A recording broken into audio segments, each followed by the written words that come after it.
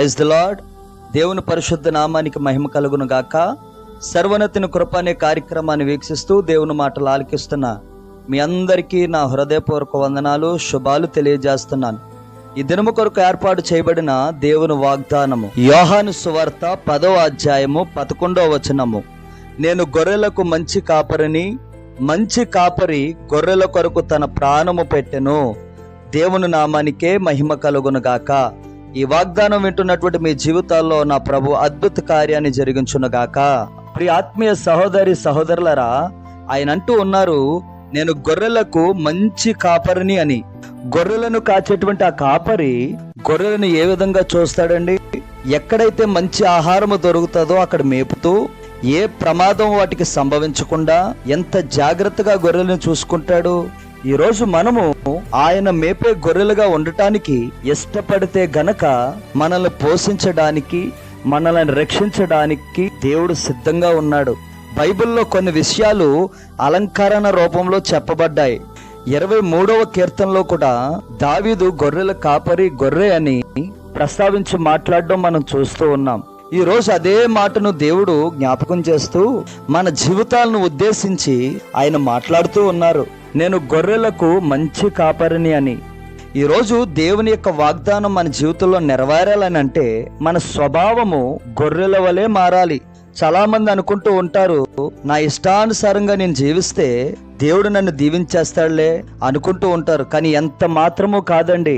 కాపరి మాట ఆలకించి ఏ గొర్రె అయితే రక్షణ పొందుకుంటుందో, భయభక్తులు కలిగి జీవిస్తూ ఉందో, ఈరోజు మన జీవితాల్లో కూడా దేవుని యందు భయభక్తులు కలిగి జీవించాలి. మనము దేవుని యొద్ద నివాసము చేయాలి.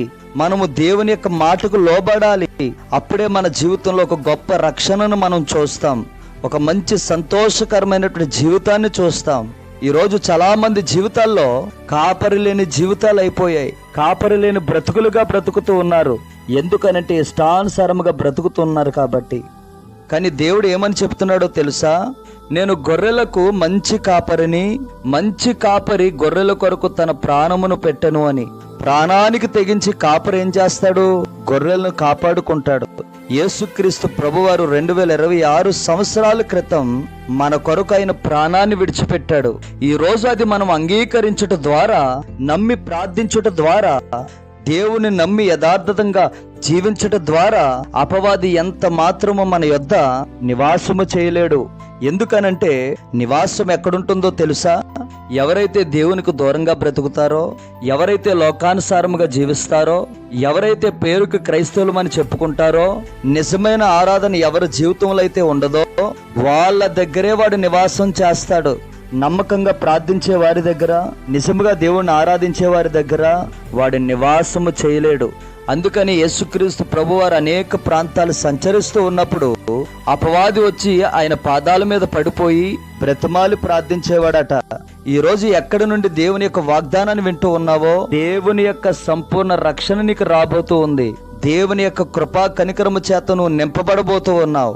ఒక విషయాన్ని నువ్వు గుర్తుపెట్టుకో, నీ జీవితంలో కృతజ్ఞత కలిగి ప్రార్థన చేయి. నీ తండ్రితో సహవాసములో ఉండి ప్రార్థన చేయడానికి నువ్వు ఇష్టపడు. దేవుని యొక్క కాపుదల కనికరముతో నువ్వు నింపబడి నువ్వు అనేక మందికి దీవెనకరముగా మార్చబడదువుగాక. ఆమేన్. ప్రార్థన.